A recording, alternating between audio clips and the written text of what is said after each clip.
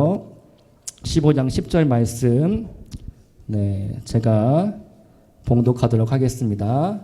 다 같이 한 목소리로 읽도록 하겠습니다. 시작. 그러나 내가 나된 것은 하나님의 은혜로 된 것이니 내게 주신 그의 은혜가 헛되지 아니하여 내가 모든 사도보다 더 많이 수고하였으나 내가 한 것이 아니요 오직 나와 함께 하신 하나님의 은혜로라. 아멘. 아멘. 네, 이 시간에 나의 나된 것은 하나님의 은혜입니다 라는 제목으로 말씀을 나누고자 합니다. 여기 앞에서 하려고 하다가 처음이고 해서 또 여기서 말씀을 전하도록 하겠습니다. 여러분, 사도 바울은요 오늘 본문에서 이렇게 고백을 합니다. 나의 나 된 것, 바울이 바울 된 것은 내가 어떤 잘나서가 아니라 내 출신 배경이 이러이러해서가 아니라 내가 가말리엘, 그 당시에 정말 유명한 3대 학파 중에 한 명, 그 가말리엘의 내가 문화생이기 때문이 아니라 나의 나된 것은 하나님의 은혜로 바울이 바울 되었습니다. 내가 잘난 것은 하나도 없습니다 라고 오늘 고백을 하고 있습니다. 여러분, 바울이 어떻게 예수를 만났습니까? 다마스쿠스, 다메섹으로 가는 길 가운데 극적으로 예수님을 만났습니다. 그리고 그의 삶이 180도 완전히 달라지는 인생을 살게 되었죠. 여러분, 얼마나 율법에 열심이며 택심이었는가 하면 예루살렘의 권력자들이 사울, 너 일로 와봐. 너가 젊지? 능력 있지? 율법을 잘 알지? 너가 예수 믿는 자들을 잡아와야 돼 라고 말하며 해외에 먼 나라까지 사울이 파견을 받을 정도로 신임을 받는 그런 똘똘한 청년, 그런 아주 지혜가 많은 사람이었습니다. 그런데 여러분, 그 바울이 다마스쿠스로 가는 그 길에 예수님을 만난 후로 전혀 다른 삶을 살게 되었죠. 그리고 하나님의 사명을 가지고 아시아와 유럽까지, 로마에까지 가서 그가 복음을 증거하는 삶을 살게 됩니다. 그는 평생 땅끝으로 가려고 하는 소원함이 있었습니다. 그 당시에 땅끝인 서바나, 스페인까지 내가 가야겠다라고 하는 그런 불타는 열망이 사도 바울 가운데 있었습니다. 오늘 이 말씀을 가지고 저의 소개와 간증을 이야기하려고 하는데요. 정말 일주일 동안 오늘의 설교를 준비하면서 제 마음 가운데 그렇지, 내가 이 자리에 올 수 있었던 것은 나의 어떠함 때문이 절대로 아니다. 내가 이러이러한 경력을 쌓았기 때문에 여기에 온 것이 아니다. 모든 것이 다 하나님의 은혜다 라고밖에 고백할 수 없었습니다. 또한 여러분 앞에서 내가 이렇게 설교할 수 있는 것, 하나님의 복음을 증거할 수 있다는 것, 그것이 큰 영광이고 감사가 아닌가라는 생각을 하게 되었습니다. 여기까지만 말씀을 전하고 제 개인적인 간증을 이제 이어서 하고자 하는데요. 여러분, 한 번 더 강조드립니다. 오늘 오전에 제가 올해의 우리 교회 표어가 뭐라고 말씀드렸죠? 좀 잘 안 먹힌 것 같습니다. 한 번 더. 올해의 잠실빛나교회 표어는 예배로 부응하는 교회. 우리 다시합치 다 같이 한번 힘차게 우리 주먹 한번 오른손 들어볼까요? 시작. 예배로 부응하는 교회. 할렐루야. 아멘. 제가 부목사일 때 이런 거 하면 되게 싫어했거든요. 저런 걸 왜 시키나, 우리 열방교회 정성진 목사님 저런 거 왜 시키나 했는데 여기서 보니까 이게 해야 되겠군요. 아무리 말로 이렇게 하면 안 되니까 행동으로, 제스처로 표어를 제가 예배 시간마다 강조하도록 하겠습니다. 예배로 부응하는 교회. 우리가 예배가 살아나야 합니다. 우리의 개인의 삶의 예배가 살아나야 합니다. 우리 공동체의 예배가 살아나야 되겠습니다. 여러분, 예배는요 교회의 엔진이다라고 비유해요. 자동차가 엔진이 나가면 여러분, 휘발유차에 경유를 집어넣으면 어떻게 되는지 아십니까? 엔진을 다 드러내야 한다고 합니다. 한 몇백만 원이 든대요. 엔진이 나가버리면은 이게 자동차가 오도 가도 못하는 거죠. 여러분, 예배는 교회의 엔진입니다. 이 엔진이 돌아가야 힘차게 막 펌프질을 해야 우리의 교회가 다시 생동감이 살아나고 우리가 다시 모이게 되고 끈끈해지고 나눔이 있고 교제가 있고 떡을 떼고 먹고 마시고 뿐만 아니라 우리가 하나님 앞에 하나 되는 그런 공동체로 자리매김할 수 있겠다라는 것입니다. 우리가 예배 정말 여러분 귀에 못이 박히도록 제가 이연사 힘주어 계속해서 말씀을 드리도록 하겠습니다. 여러분 오늘 예배에 오전 예배를 제가 설교를 했고 오늘은 이제 제 개인적인 삶을 나누려고 하는데 어떤 면에서는 저는 이 잠실 빛나 교회의 새 가족입니다. 여러분 새 가족을 좀 환영해 주십시오. 감사합니다. 새 가족입니다.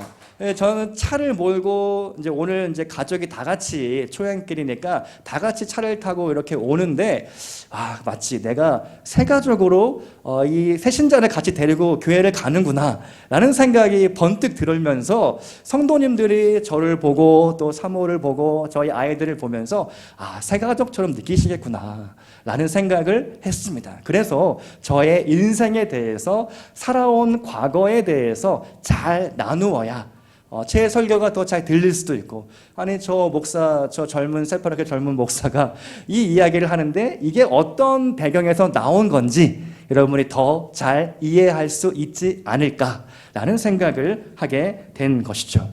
여러분 자기소개를 하겠습니다. 저는 이름이 김기철입니다. 이제 어디 가서 뭐 이렇게 기철아라고 불릴 나이가 좀 많이 지나간 것 같아요. 저의 친구들을 만나야 제 이름을 그냥 기철아라고 이렇게 듣게 되는데 저는 김의 김씨 충경공파 김유신 장군이 저희 가문의 아주 명예로 자리하고 계십니다. 김의 김씨이고요. 기자는 돌림자입니다. 터 기자를 쓰고 철자는 할아버지께서 지어주셨는데 빛낼 철자. 옛날 어르신들은 이제 이 이름을 한자를 좀 어렵게 짓거나 좋은 글자를 써야 오래 장수, 무병장수하고 뭐 이렇게 축복을 받는다 그런 믿음이 있었던 것 같아요. 저의 철자는 길할 길자가 있어요. 길할 길자가 두 개가 있는 쌍길 철자라고 하는데 좀 길하면 좋겠다. 길할 운명으로 이 아이가 크면 좋겠다.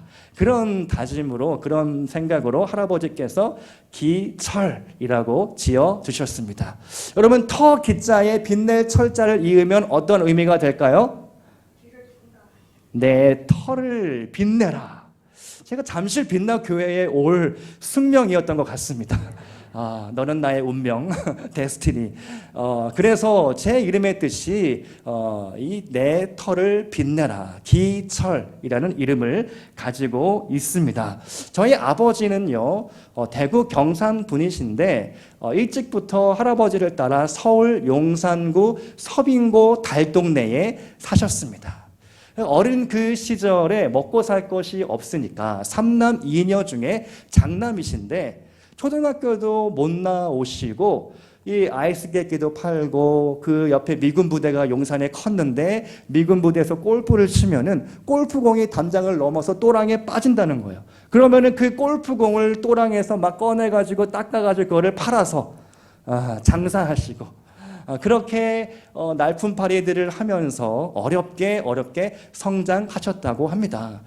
그 용산 서빙고 달동네에 살면서 이 구두 만드는 일, 이 구두 수성공, 나중에 수제화집을 여셨는데 이 구두 기능공이 되신 거예요. 그래서 뭐 무슨 들으면 뭐 진짠지 가짜인지 모르겠는데 어느 대회에 나가서 입상을 했는데 뭐 호주에 뭐 유학을 갈 수 있는 기회가 있었는데 이 동생들을 먹여 살려야 하는 첫째로서의 그 책임감 때문에 가지 못했다. 뭐 그런 뭐 이야기도 들었는데요. 아버지는 그렇게 쭉 성장을 하셨고 어머니는 전남 함평 출신이십니다. 전남 함평 시골에서 성장하셨는데 막내세요. 그래서 이모들이 상당히 많은데 이 막내로 엄마가 크셔서 이 서울에 올라오셨습니다. 그 두 분이 서울에서 만나서 연애 결혼을 했다. 라고 하십니다. 자, 그렇게 용산 서빙고 달동네에서 제가 태어나게 됐고요. 위로는 2살 많은 형이 있습니다. 얼마 전까지만 해도 형이랑 저랑 상당히 용모가 비슷해서 좀 많이 닮았다라는 이야기를 듣게 되는데요. 뭐 다음 달에 뭐 취임식이나 뭐 임직식 그때 아마 올 수도 있겠습니다. 아무튼 형이랑 저랑 2명이서 이렇게 어린 시절을 보내게 되었습니다. 그 유년 시절에 중대한 큰 사건 하나가 있었는데요. 저희 아버지께서 젊은 시절 어려서 자수성가해야 하고 하니까 친구 따라 술도 하시고 담배도 먹으시고 여러 가지 막 이렇게 노셨던 거죠. 어느 날 목이 아파서 병원에 갔더니 의사가 대뜸 몇 개월 살지 못할 거니 집에 돌아가서 정리하시오. 일종의 사형 선고를 받으신 겁니다. 너무나 큰 충격을 받고 집에 가서 이제 어떻게 해야 되나 걱정을 하고 있는데 그 당시에 저희 어머니께서 집주인 새빵살이를 하고 있었는데 인천에 새빵살이 하고 있을 때 집주인 권사님의 전도를 받아서 교회의 새신자로 출석을 막 하고 있었던 거예요.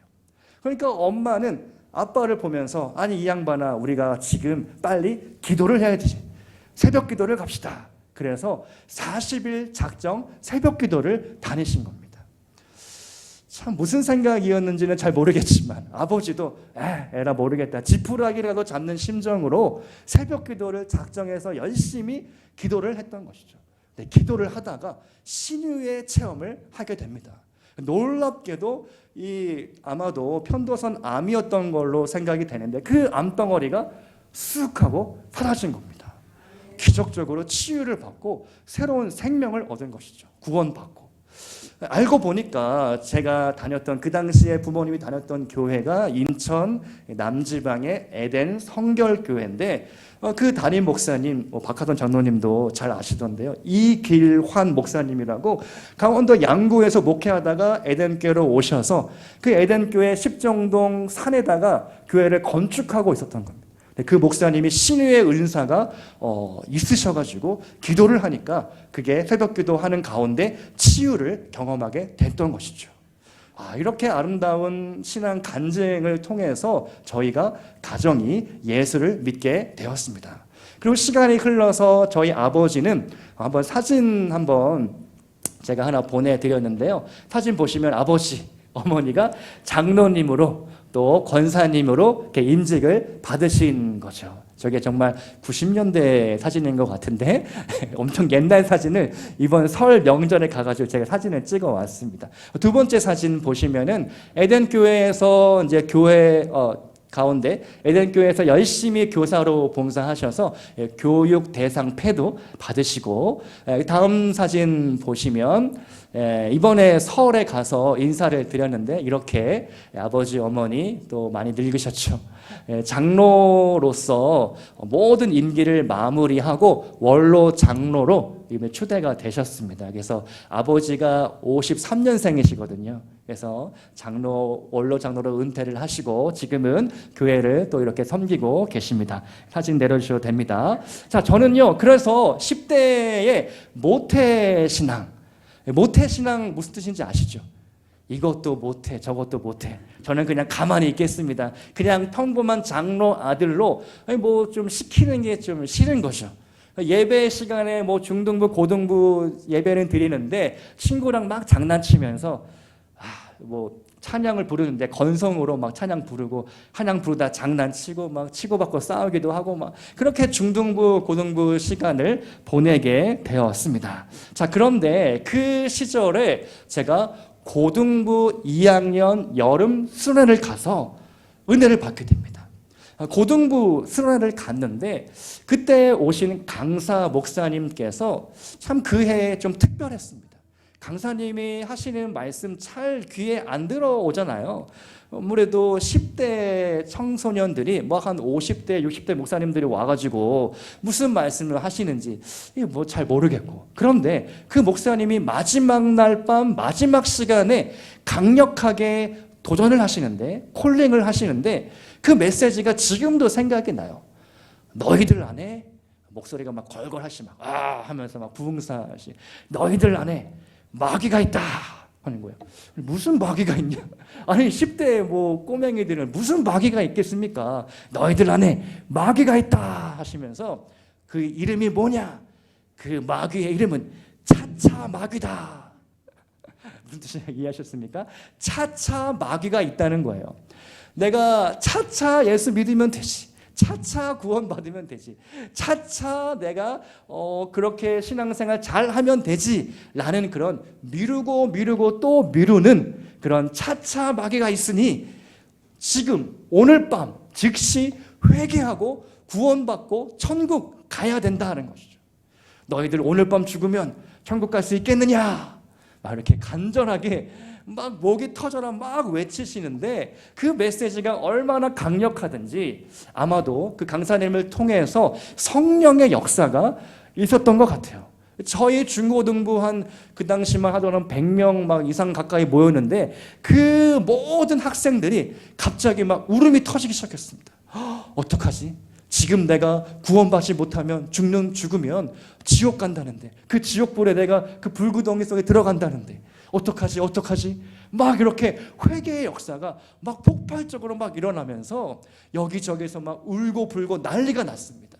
막 눈물 콧물 막 쏟고 막 휴지를 막 찾고 선생님들 뒤에서 막 휴지 갖다 주고 막 붙잡고 기도해 주시고 막 저도 그 틈에서 은혜를 받았는데 성령님이 제 마음 가운데에 확 들어오시는데 성령님이 정말 온유하게 정말 이 내면 세계가 이 마음 가운데에 정말 고요하고 잔잔한 정말 그렇게 평안할 수가 없는 거예요.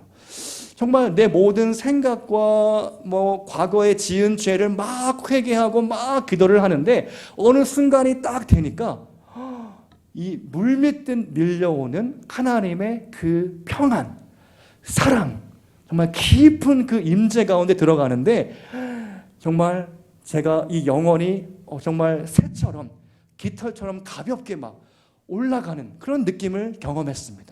그러면서 막 방언이 터지고 막 기도가 터지고 하는데 밤이 새도록 말 그대로 철야 기도를 새벽 한 2-3시까지 했던 것 같아요. 그렇게 성령을 체험하고 인격적으로 예수님을 만나게 되었습니다. 그때로부터 정말 세상이 너무나 아름다워 보이는 거예요. 여러분 은혜 받은 시절 기억나십니까? 세상을 나가면 나무도 아름다워 보이고 뭐 지나가는 개도 막 정말 이뻐 보이고 막 고양이 뭐 정말 미워했던 사람들도 막 너무 예뻐 보이고 사랑스러워 보이고 너무나 행복한 것이죠. 그렇게 행복한 10대의 신앙생활을 하게 되었습니다. 자, 그리고 제가 20살이 되면서 이제는 대학교를 가야 되는 겁니다. 대학을 앞두고 입시를 앞두고 어느 대학, 어느 과를 가야 할까? 기도를 하게 되는 거죠. 고3 때. 근데 아버지께서 저에게 늘상 하시는 말씀이 뭐였냐면 야, 첫째 형을 위해서 내가 기도할 때는 하나님이 아무 응답이 없으신데 기쳐라. 내가 너를 위해 기도할 때는 하나님이 너를 부르신 것 같다. 하나님이 너를 주의 종으로 부르신 것 같다. 그러니 너는 고등학교를 졸업하면 신학교를 가라. 계속해서 세뇌가 될 정도로 그렇게 말씀을 하시는 거예요. 그런데 한 번은 어떤 일이 있었느냐면 저희 교회에 예언기도 하시는 분이 오셨어요. 그 예언기도 하시는 분이 가족별로 기도를 한 분 한 분씩 해주시는데 저를 위해서 기도하다가 대뜸 하시는 말씀이 이 아이는 5대양 6대주를 다니며 복음을 전하는 능력의 사자가 될 것입니다. 아멘이십니까? 저는요 그때 비웃었습니다. 뭐야, 내가 지금 고등학생이고 나는 신학 갈 마음도 없고 나는 뭐 여러분 아브라함과 사라가 천사의 말 너가 아들이 생길 것이다 할 때 사라가 비웃었지 않았습니까? 저는 그때 비웃었어요. 제가 뭘 그때만 제가 지금 뭐 MBTI로 INTP라고 하는데 내향적인 성격이 좀 있습니다. 그래서 내향적인 아이였어요. 소극적인 아이였어요. 무슨 5대양 6대주. 내가 비행기 타본 적도 없고 나는 그런 야망이 없고 고등학교 때는요 그냥 평범한 직장인 되는 게 그냥 저의 바람이었거든요. 근데 이상하게도 그런 예언을 하신 거죠. 그러니까 아버지도 얘는 빨리 신학을 시켜야 되겠다라고 생각을 하신 것이죠. 그런데 고3의 김기철 그때 저는요 너무 확신이 없었습니다. 그래서 저는 일반 대학에 가겠습니다. 그래서 인천의 하버드, 인하대학교, 인천의 하버드, 제가 이제 고향이 인천 재물포 고등학교를 나오고 인하대학교를 진학하게 되었는데 나름 명문 고등학교와 인천의 하버드를 나왔습니다. 사실은 인하가 짤막하게 한 토막 말씀드리면 인천과 하와이인 거 여러분 혹시 아십니까? 이승만 정부 시절에 하와이 이민 1세대 사탕수수밭에서 일하던 1세대 분들이 기금을 모은 거예요. 우리 고국을 위해서 고국의 청년들을 교육시켜야 된다. 그 기금을 모아가지고 성금을 이승만 대통령에게 보내서 이승만 대통령이 그 기금을 가지고 인천의 인하대학교, 인천의 하와이, 인천과 하와이, 그래서 인하라고 이름 지어서 그 학교를 만들게 된 것이죠. 아무튼 제가 인하대학교의 경영학과 98년도에 제 나이가 대충 이제 가늠이 되죠. 98학번으로 입학을 하게 됩니다. 저는요 그때 여러분 아시지만요 90년대 대학생들 놀고 먹고 그냥 대학생들은 그냥 잔디밭에서 기타 치면서 땡까 놀고 먹고 4년 보내도 취업 잘 되는 그런 황금기였습니다. 저도 약간의 환상이 있어서 내가 대학생 가면 이제는 내가 장로 아들로 얽매여 지내는데 내 꿈을 펼치리라. 마음껏 놀고 마음껏 내가 어디를 다니고 이렇게 해야 되겠다라는 생각을 했는데 하나님이 어찌나 저를 사랑하시는지 그 당시에 교회의 고등부 선생님이 선교단체 간사님께 전화를 해가지고 우리 교회에 이 친구가 가니까 바로 이 친구를 만나서 이 선교단체에 등록을 시키십시오. 이렇게 전화를 하신 거예요. 그래서 대학교에 들어가기도 전에 제가 선교단체에 먼저 가입을 하게 되었습니다. 하나님이 얼마나 저를 묶어두시려고 했는지 방황하지 않게 20대 그때 대학교에 들어가서 선교단체 예수전도단이라는 선교단체에 제가 들어간 것이죠. 20대부터 30대 초반까지는요 사실은 저는 선교단체에서 훈련을 아주 빡세게 받았습니다. 목사님들 중에 예수전도단 YM이라고 부르는데 이 YM 활동을 많이 하신 분들이 목사님 가운데 많이들 계세요. 저도 20대 때 하나님이 특별하게 부르셔서 그렇게 고등부 선생님을 통해 역사하시더라고요. 방황하지 않고 바로 선교단체에 들어가서 1학년 때부터 훈련을 받는데 이게 뭐 장난 아닙니다. 동아리방, 여러분 대학교를 가면 동아리인데 동아리 방에서 아침마다 1교시 전에 일찍 가서 묵상 모임 합니다. 그리고 수업 듣고 나서 12시에 동아리방 또 가가지고 중보기도 모임 합니다. 점심시간을 쪼개가지고 30분 기도하고 30분 밥 먹는 거예요. 중보기도 모임을 합니다. 월요일날 저녁은 리더 모임 합니다. 화요일은 캠퍼스 예배 드립니다. 수요일은 양육 듣습니다. 목요일은 전체 서울에 있는 대학생들이 다 같이 모여서 또 예배 드립니다. 금요일은 또 금요철학 갑니다. 대학 시절 너무 바쁜 거예요. 선교단체 활동 하나 하는 것만으로도 너무 일정이 타이트한 거죠. 거의 뭐 물 셀 틈 없이 방황할 틈이 없이 저는 하나님께서 그렇게 저를 훈련시키시더라고요. 심지어는 제가 그 단체에서 진행하는 제자 훈련을 들어가게 됩니다. 군대를 갔다 와서 3학년 지나서 DTS인데요. 예수 제자 훈련 학교. 사실 20대에 이 훈련 한번 받으면 정말 신앙이 딱 잡힙니다. 흔들림 없이 잘 잡히는 훈련인데 그때 제가 DTS 훈련을 들어가서 7개월 동안 같이 먹고 마시면서 공동체 생활을 하면서 더 빡센 훈련을 받는 거예요. 이 조직의 깊은 곳까지 제가 들어가는 거죠. DTS 훈련을 받는데 이게 커리큘럼이 있습니다. 3개월 동안 강의를 들어요. 그래서 뭐 아침에 묵상하죠, 기도하죠, 예배 드리죠. 강사님, 그 당시에 정말 기라성 같은 유명한 강사님들, 뭐 문희건 목사님부터 해가지고 예전에 홍성건 목사님부터 해가지고 그런 모든 분들 뭐 예배, 중보기도, 영적 전쟁, 뭐 재정, 뭐 여러 가지 컨텐츠를 가지고 강의를 쫙 3개월 동안 듣습니다. 그리고 나머지 3개월 동안은 전도여행을 가는 거예요.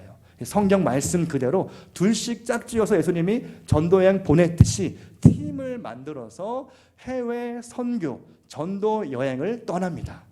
그 당시에 저는 중국으로 가게 되었는데요. 전도 여행을 막 아프리카도 저는 대학교 1학년 때 가봤습니다.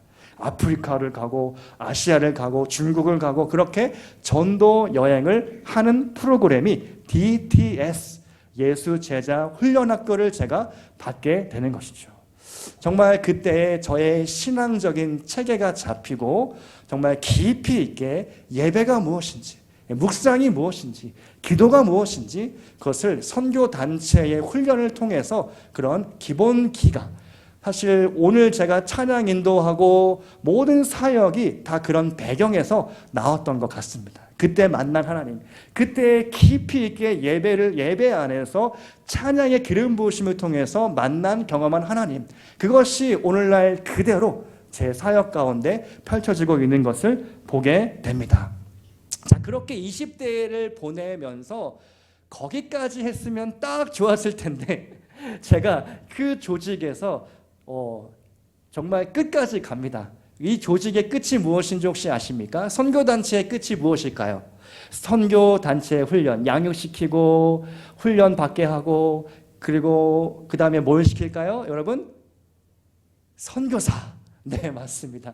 선교단체의 끝은 결국은 선교사입니다.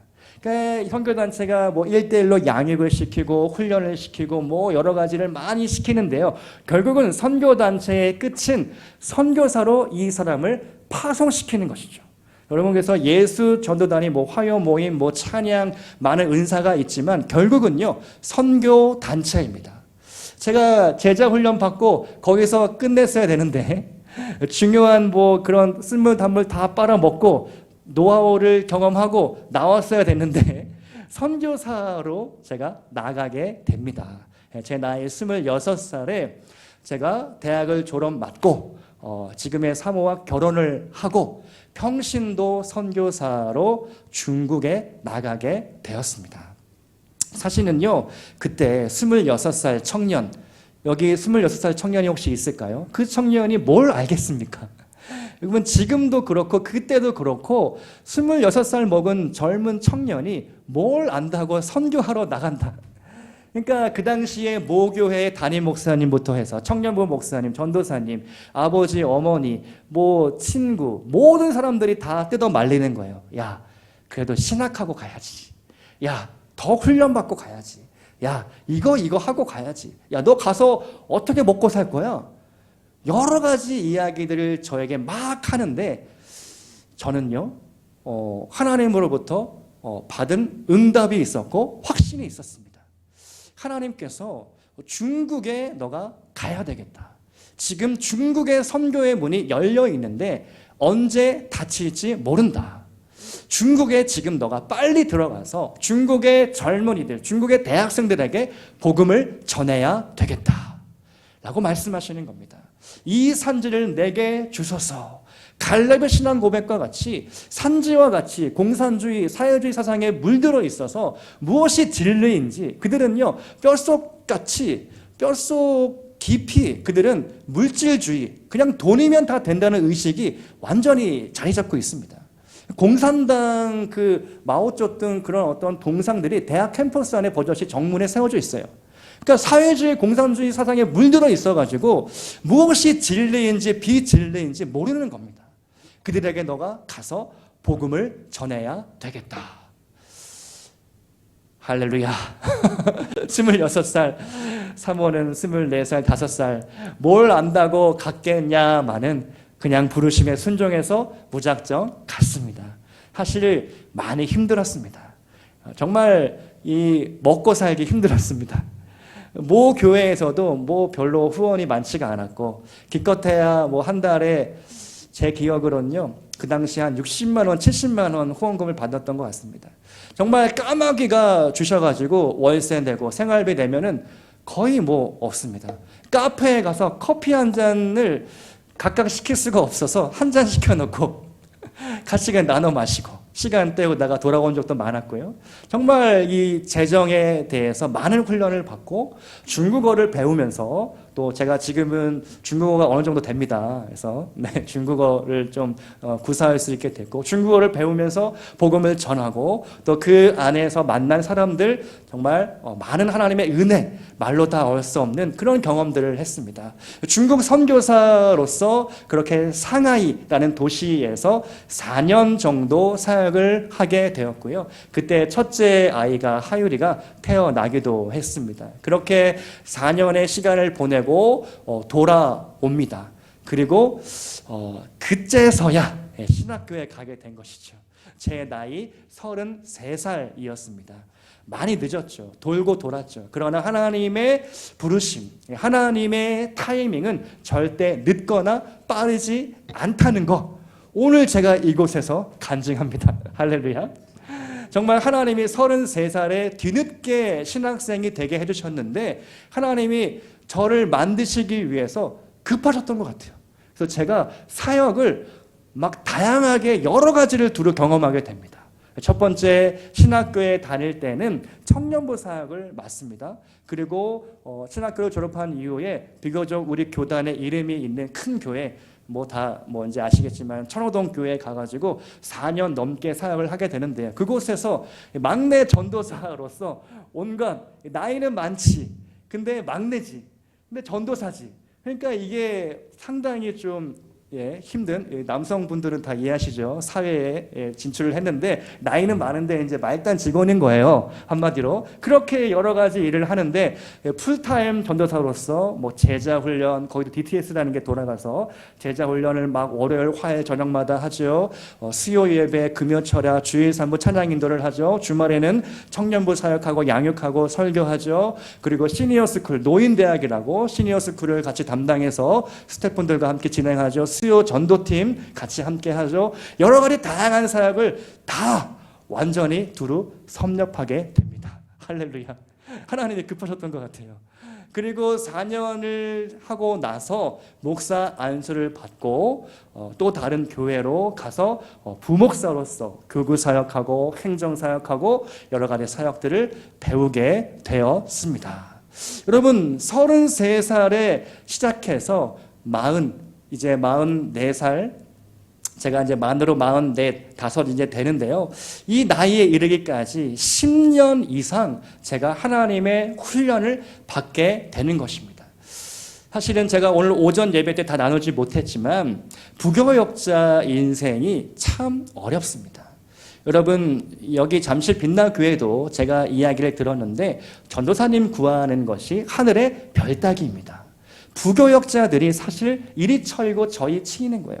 사례비는 넉넉하지 못한데 시키는 것은 많고 그리고 내 미래를 생각하면 담임 목사 되기는 너무나 더 어렵고 실제로 제가 여기 부임을 예정 앞두고 한 목사님하고 통화를 했습니다. 그 부목사님인데 부목사님이 사역을 하다가 인스타그램 혹시 여러분 아시죠? 인스타그램을 보니까 이 친구가 사역을 안 하는 것 같아요. 그래서 제가 한번 전화를 했죠. 근황 토크 한 겁니다. 요새 어떻게 지내? 했더니 대뜸 하는 얘기가 형 나 지금 택배 회사 다녀요. 아니 야 너 사역은 안 하고 무슨 택배 회사야? 그랬더니 이게 자기가 부목사로 사역을 하고 하는데 담임 목사 될 기회가 없을 것 같고 그리고 이 사역을 계속 하다가 너무 힘든 겁니다. 뭔가 미래가 보이지 않고 또 교회의 사역은 너무 힘들고 지치고 많이 관계에 상처를 받고 그러니까 이 부교역자들이 갈 데가 없는 겁니다. 솔직히 말씀드리면 그렇게 이 부교역자들이 지금 오늘날 한국교회의 현실이라는 겁니다. 그러니 이 전도사로서 부목사로서 사역을 하는 것 여러분 우리 구진경 전사님 더 이뻐해 주시고 사랑해 주시고 격려해 주시고 후원해 주시고 축복해 주시기를 축복합니다. 할렐루야. 정말 부교역자가 귀합니다. 그래서 저는요 정말 이 10년 넘게 부교역자 생활을 하면서 때려치고 개척해야 되겠구나 라고까지 작년에 생각을 했던 것이죠. 그래서 하나님 앞에 기도하고 구하고 나아갔던 것입니다. 여러분 우리가 하나님의 부르심은 절대로 지각하는 법이 없습니다.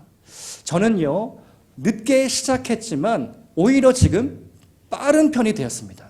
제 친구들하고 전화를 돌리고 또 원로 목사님 대신 제가 거쳐간 교회의 담임 목사님들께 어제 전화를 쫙 한번 드렸습니다. 그래도 인사드리는 것이 사람의 도리고 예의가 아닐까 싶어서 사실은요 저에게 상처 주신 분들도 있고 여러 가지 많은 사연이 있지만 그래도 담임 목사님이시고 원로 목사님이시니까 다 연락을 드렸습니다. 내가 이만저만해서 이렇게 여차저차해서 잠실빛나 교회 이제 내일부터 사역을 시작합니다. 전화를 쫙 드렸습니다. 그러면서 제가 느낀 것은요 하나님의 부르심은 절대로 후회하심이 없고 지각이 없구나. 제 동기들은 아직까지 담임 목사로 청빙받은 분이 한두 분 진짜 거의 없습니다. 제가 오히려 늦게 신학을 시작했지만 빠른 케이스가 되어 버렸다는 것이죠. 여러분 이것이 저의 간증일 뿐만 아니라 여러분의 간증이 될 수 있기를 축복합니다. 정말로 하나님의 부르심, 내가 이곳에 있는 것, 직장과 사업장, 여러분의 가정에서 내가 그 역할을 감당할 때 내가 인내하며 기다리고 또 기다릴 때에 하나님은 반드시 우리를 들어서 사용하시는 줄로 믿으시기를 축복합니다. 나의 나된 것은 하나님의 은혜입니다. 사도 바울의 고백이 바로 우리 모두의 고백이 될 수 있기를 축복합니다. 여러분 우리가 바울의 이 말씀을 읽으면서 바울은 하나님의 전능하신 손길에 자기의 인생을 내던졌습니다. 자기 육체에 가시가 있었습니다. 3번 기도했습니다. 안 통했습니다. 하나님 여기까지군요. 내가 이제는 자족하는 법을 배웠습니다. 내가 이러나 저러나 그냥 그렇게 하나님 앞에 끌려가겠습니다. 여러분 육체에 가시가 있으십니까? 여러분을 괴롭히는 기도를 10년, 20년, 30년, 50년 했는데 그 기도가 응답되지 않은 것이 혹시 있습니까? 하나님께 오히려 감사하시기를 축복합니다. 여러분께 감당할 만해서 허락하신 줄도 모릅니다. 하나님의 부르심, 하나님이 우리에게 주신 모든 것들은 결국은 협력하여 선을 이루는 줄로 믿습니다. 여러분 다윗은 하나님의 손에 훈련받은 하나님의 사람입니다. 여러분 다윗은 아무도 보지 않을 때에 그가 홀로 광야의 빈들에서 목동으로서 양떼를 쳤습니다. 아무도 보지 않을 때 양 한 마리, 양이 맹수의 사자의 입속에 들어가면 그가 직접 달려가서 지팡이와 막대기로 그 사자의 입속에서 양을 꺼냈다라고 말씀합니다. 여러분 아무도 보지 않을 때 그 부르심의 자리를 지키는 것이 중요합니다. 내가 여기에 있게 된 것, 나의 부르심, 나의 나된 것, 그것은 하나님의 은혜요, 하나님의 섭리며 하나님의 데스티니인 줄로 믿으시기를 축복합니다. 내 터를 빛내라 김기철 목사가 이곳에 온 것은 하나님의 운명, 하나님의 부르심, 하나님의 선택인 줄로 믿습니다.